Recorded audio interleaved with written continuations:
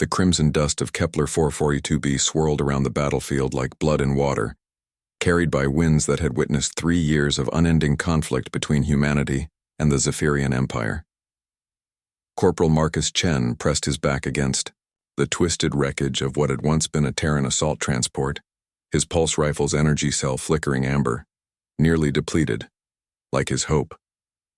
The war had started over mining rights to the planet's vast trilithium deposits, but it had evolved into something far more primal. The Zephyrians, apex predators from their homeworld's violent ecosystems, viewed humans as soft-skinned pretenders to galactic dominance. Humanity, in turn, had learned to match their ferocity with technological innovation and stubborn determination. Across the scarred wasteland, Lyanna Rodriguez moved through the shadows between fallen mechs and shattered defense barriers. As a combat medic with the 47th Expeditionary Force, she had seen enough carnage to fill several lifetimes, but something in the distance caught her trained eye. Movement where there should be none. The sound of Zephyrian death howls echoed from the ridge above, followed by the distinctive whine of plasma cannons. Marcus adjusted his tactical display, watching red dots converge on their position. The aliens were regrouping for another assault, and his squad's ammunition wouldn't last another engagement.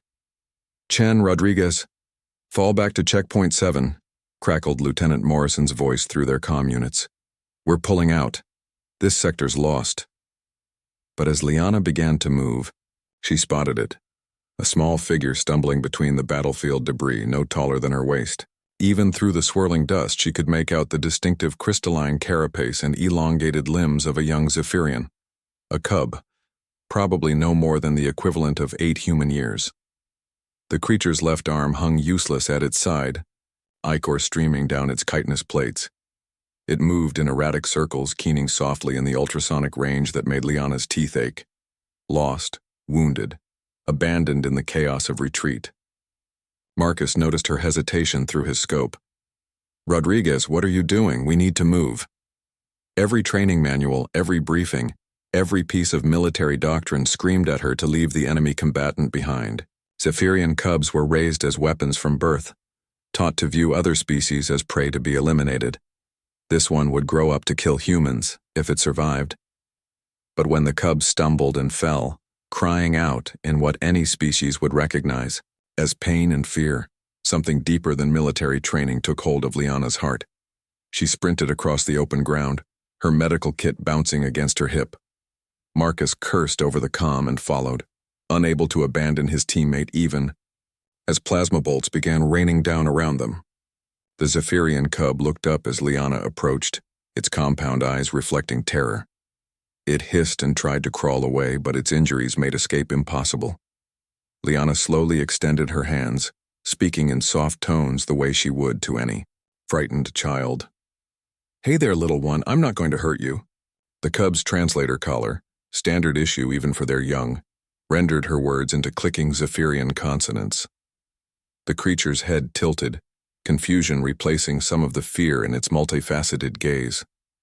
Lyanna carefully examined the wounds, a deep gash in the carapace where shrapnel had penetrated, and what looked like burns from an energy weapon. Without hesitation, she began applying wound sealant and analgesics from her kit, modified for Zephyrian physiology from intelligence gathered during the conflict. "Rodriguez, they're coming." Marcus positioned himself between her and the approaching enemy forces, his rifle raised despite its near-empty charge. As the first wave of adult Zephyrians crested the ridge, something unprecedented happened. The BUR, lead warrior, a massive specimen with ceremonial scars across its thorax, raised a clawed hand and spoke a single word that brought the entire war party to a halt. The word meant witness in their language. The assembled Zephyrians watched in absolute silence as the human medic worked to save their young. They observed her gentle touch as she splinted the cub's fractured limb. They saw her remove her own emergency rations and offer them to the hungry, frightened child. When Lyanna finally lifted the stabilized cub in her arms, intending to carry it to safety, the silence stretched into something that felt sacred. The cub had stopped struggling and now looked up at her with what she could only describe as trust. The scarred warrior stepped forward, his weapons lowered. When he spoke, his words came through every translator on the battlefield. You heal our spawn blood. You guard it with your life essence. This is not the action of prey. Marcus kept his rifle trained on the gathering, but noticed that none of the Zephyrians had raised their weapons. More kept arriving from both sides of the conflict. Human soldiers and Zephyrian warriors alike, all drawn by reports of the unprecedented scene. Your species puzzles us, healing speaker, the warrior continued, addressing Lyanna directly. We name you Apex Hunter for your killing of our numbers, yet you risk death song to preserve one small spawn blood not of your pack.